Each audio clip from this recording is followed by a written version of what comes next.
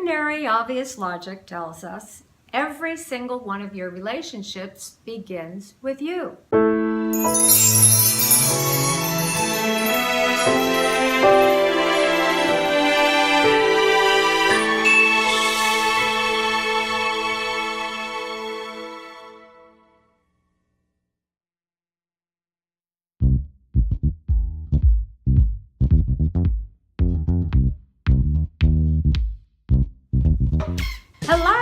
Hello, and welcome. Welcome to Lesson 10, Creating Relationship Consciously. Today, we are focusing on you. Now, that may seem a counterintuitive focus in the context of creating relationship consciously. However, ordinary, obvious logic tells us every single one of your relationships begins with you. Whether you desire to attract the one romantic partner to share your life with, attract new clients, extend your circle of friends, become more attractive to your mate who you've been with for years, or you just want to feel that people are drawn to you, this has everything to do with your relationship with yourself.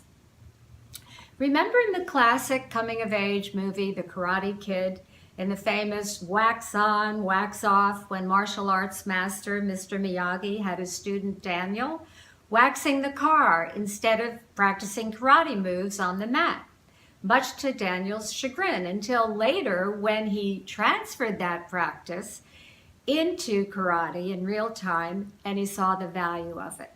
So creating relationship today is something like that. Focus on you, you with you.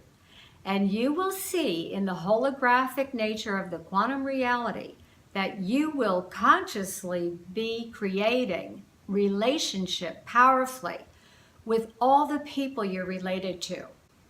We're here to elevate living consciously. And creating a conscious life is a very interesting way of being. Perhaps to the uninitiated, a conscious life, conscious living, that statement may seem absurd because you would say, well, of course I'm conscious. However, when we speak of living consciously, we mean something very particular, quite distinct. We mean living in a state where we are aware of our own awareness beyond any conditioned or automatic responses, able to choose freely. Now, I like to also call this awakened thinking. And it's important to distinguish this because in order to really live consciously, you have to be able to choose freely and deliberately. Be in a state of clarity, aware of what you are aware of and what might be binding you. Today, we're focused on creating relationship consciously. This means specifically the nature of relationship itself, mastering that. What does it mean? How we choose to relate to the people in our lives and how we choose to shape how our relationships will unfold, will go. All of it starts with you and me. So, let's begin.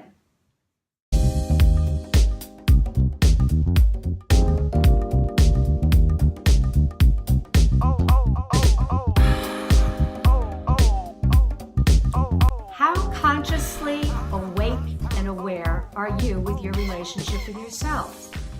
Are you feeling not just good, but great about yourself? Do you have confidence in who you are and the value you bring to others and to the world at large, just by virtue of your presence here? Do you experience comfort and ease in your relationships with family members and friends? Are you at home with yourself when you meet new people? Are you in profound appreciation for the grace of being you? Imagine this: in every moment you are free to create how you want to be related to yourself, and especially from this moment forward. And because we exist in fields, relational fields, when you begin to relate to yourself in a new way, others will relate to you that way too. Now, this is a marvelous thing to realize, that you and I can present ourselves as we would like other people to know us. Now, the irony is that in our businesses, we have no qualms whatsoever about creating how we would like others to relate to us. We call it branding, creating our brand. It's an entire industry marketing strategy, a very important one. So consider that the quality of the way we experience ourselves is related to how we identify ourselves. Just as we look at others, make judgments and conclusions, and then we latch on to those conclusions, we also do that with ourselves. So how have you been identifying yourself? Think about how you relate to your identity in the world, who you consider yourself to be. And where did this idea of you come from? From past patterns, previous experiences, what others have said about you. We've all heard it repeated, and perhaps you say this too. You have to love yourself before you can love anyone else. Well, that really sounds good. Yet, how is that self-love actually accomplished and, more importantly, authentically experienced? Typically, we waver in how true and secure we feel and experience ourselves. Sometimes high on ourselves, sometimes not so much. So, you know that we've spoken frequently of least action pathways, the automatic habits of thought and energetic trends that can limit us, indicative of a less than awakened state. And we look at them because we want to break free from those limits. Well, some of those least action pathway thoughts take the form of how we relate to ourselves. Even though in our intellects we know we are divine, in our hearts, in our souls, we know we are divine. Yet, too often in our actions and our automatic thought patterns and emotional responses to those thoughts, we tend to experience ourselves in what we could say is less than. So what shows up, whether we're talented or not, whether we're capable or not, whether we label ourselves as introverts, as extroverts, and it even shows us our assessment in our ability to give and receive love. Now, paradoxically, this also comes up around your greatness. It shows up when you're embarrassed or you have false humility regarding your gifts. The meditation master, Sri Sri Ravi Shankar, says this about that. He says it beautifully. When someone says, I love you, you go, really? Do you really? But when someone says, I don't like you, you accept that immediately.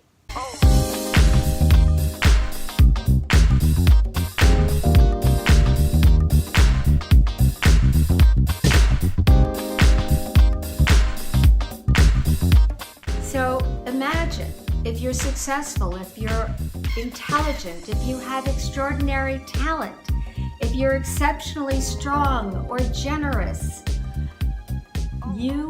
it's up to you to accept this in yourself. Otherwise, we can say it's that false humility. It takes the path of a least action path. Now, we could say that it's a case of misidentification.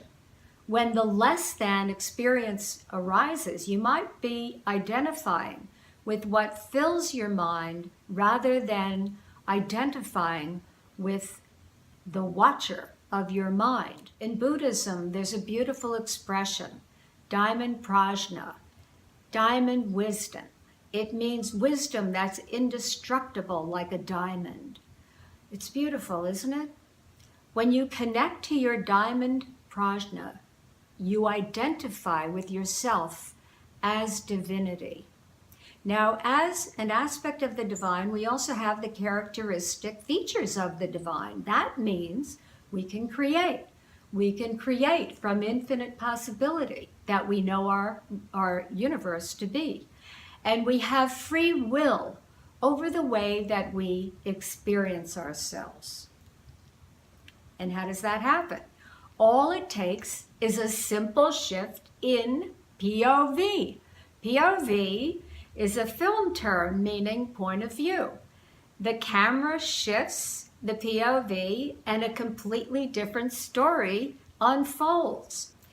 An instantaneous shift in context gives a different twist, alters your destiny, transforms your life and your world. It really is a quantum leap in consciousness.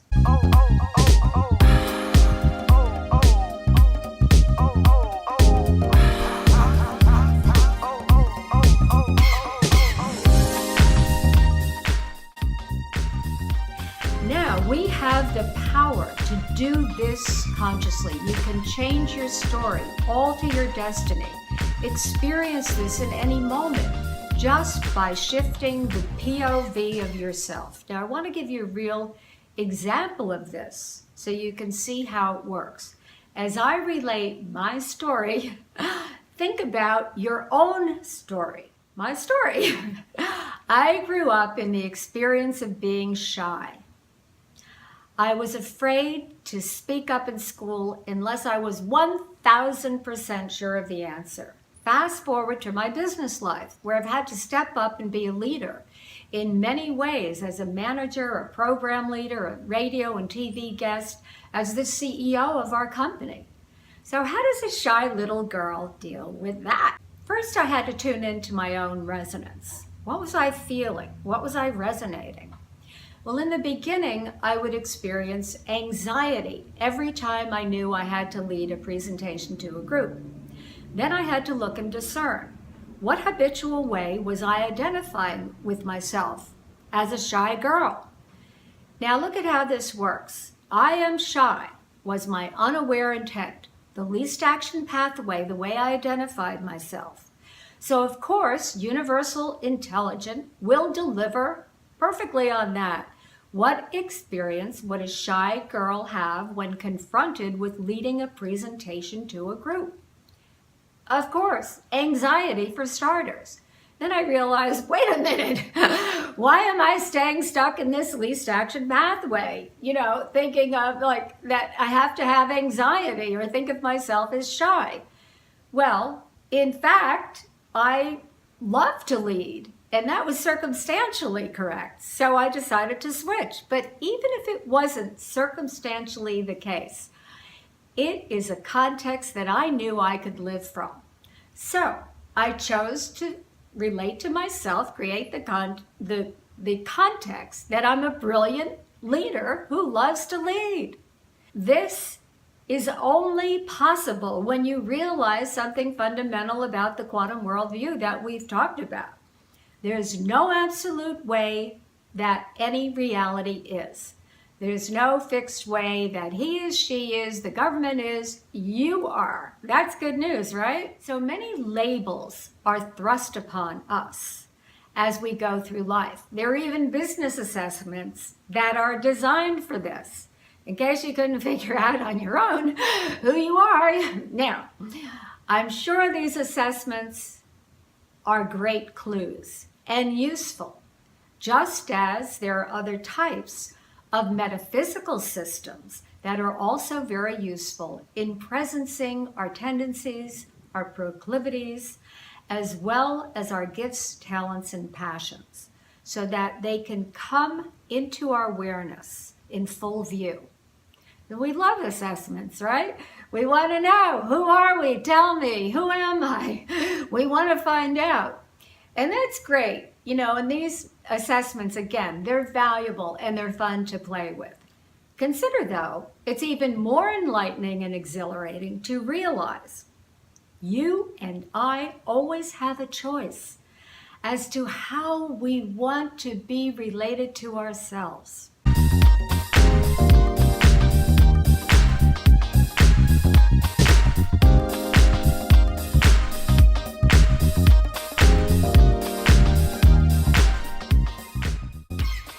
As a philosophy major in college, I became quite familiar with the age-old destiny versus free will argument. It's an endless academic philosophical discussion.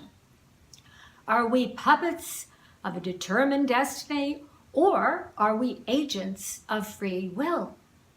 Of course, it's a both and answer. Thinking from a new worldview is understanding the reality of a both and. Is energy a particle or is it a wave? Well, the discovery is that energy behaves both as a particle and a wave. Do we have free will or do we have destiny? Well, there seems to be a destiny of some kind. We're born into a particular country, to a family. And then, of course, we have free will as to how we want to interact with the destiny of our heritage, our tendencies. Now, through no fault of our own, blame it on the old worldview, there are fixed in certain ways that we think things are. You and I may have believed some of the labels about ourselves. There's nothing wrong with this in and of itself. However, if you have latched on to relating to yourself in ways that do not serve you or your most heartfelt desires, then it's great to know that you can consciously create your relationship with yourself. You can shift your POV, your point of view. We're born with a blueprint, a soul blueprint. The metaphysical systems and psychic sciences give us insight to this. For example, if you're born with a love of words, will you be an author, a speaker, a speechwriter, the inventor of the Scrabble game? Will you develop that passion for words at all? That is your free will. What about these labels that we get hung up that are where we're putting ourselves down, thinking less of ourselves in any way? Do you really want to spend your life overcoming these ideas about yourself that you have accepted as the way you are? Hardly. Then what do you do to break free of this and live in the highest experience and expression?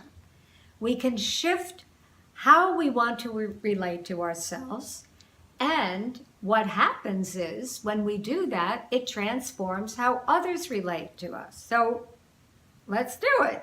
Are you ready for the new you? Let's create the shift right now. And I call this the front door, back door exercise. So what is our tool of creation? Consciousness, of course.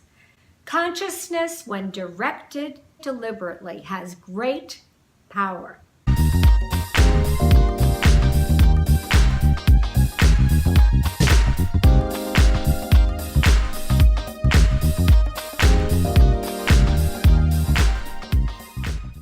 As a prelude to this front door, back door exercise, let's tune in to the energies of the time for a moment to glean how important this is. It's not just a fun exercise, it is fun. It's an activation of an updated expression of yourself, the new you that you can live now and going forward in harmony with the energies of the time. So here's a little context for you. Universal intelligence is calling upon each one of us right now for a new expression of ourselves. Every one of us, you are needed to bring about the new world, the great shift that we all want to see in the world, where people are productive, harmonious, loving, happy. Okay, so let's go.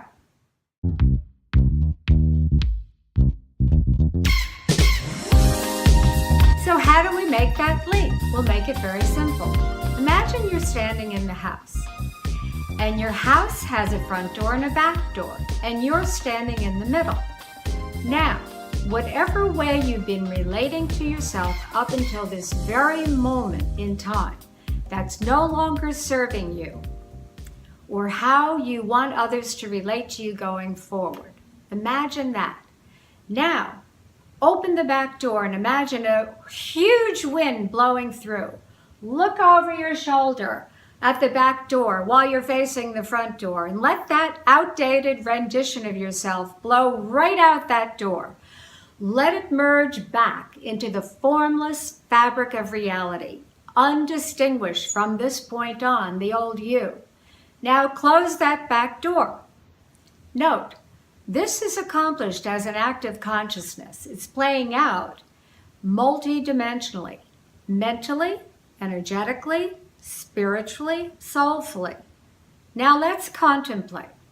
How do you want to relate to yourself going forward? Think about the actual characteristics. As a leader, an entrepreneur, an artist, a dancer, an athlete, how do you want to relate to yourself going forward as sophisticated, learned, charismatic, poised? How do you want to relate to yourself going forward as a great mom or dad, a brilliant student, beloved by your family? How do you want to relate to yourself going forward as a leader in consciousness, as a master being, a light bearer, a powerful contributor to a better world? How you think about yourself now, it's a pure act of creative consciousness, and it's powerful. It's powerful because how you relate to yourself is generating your personal resonance. In a real sense, you and I do quite literally condition our environment, meaning the people in our lives, as to how they relate to us. When you relate to yourself in a new way, you will find the world relates to you that way too. Okay, back door, front door. Now you're standing in your house. Open the front door. See the new vision for your life. This is the new you. It's right here. It's right in front of you. All you have to do is step through that door. Did you do it? Feels good, doesn't it? Now, very important to mention here, to actually manifest in the physical world of daily life who you're creating yourself to be going forward does, of course, require practical action. Though first you shift your state, as we're doing right now. You shifted your state by letting your old identity blow out the back door and by opening to a new identity, opening the front door of your life. You created a context in which you are wanting to relate to yourself and have others relate to you. Now, you take actions consistent with this new you. If you want to be an entrepreneur, you create the intent, and then you place yourself in the field of action. What do entrepreneurs do? It might be training, online webinars, incubator groups, startup groups. Whatever you are creating, you are wise to place yourself in a supportive, resonant field. You and I have the methods, the tools, the talent, and the ability to create ourselves anew. Now, I have a very important message for you.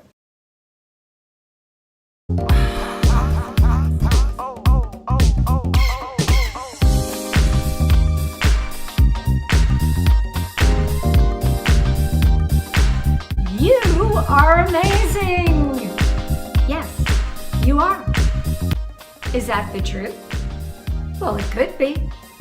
The fact is, you can live from that context. Just imagine the types of people and relationships that would magnetically attract to you from living in that intent. I am amazing. And you can think of others that way too. You never have to think of yourself as less than again. Stay in the diamond prajna, the diamond wisdom, the everlasting wisdom, the wisdom that you are amazing. As always, it is my great pleasure to be able to spend this time with you.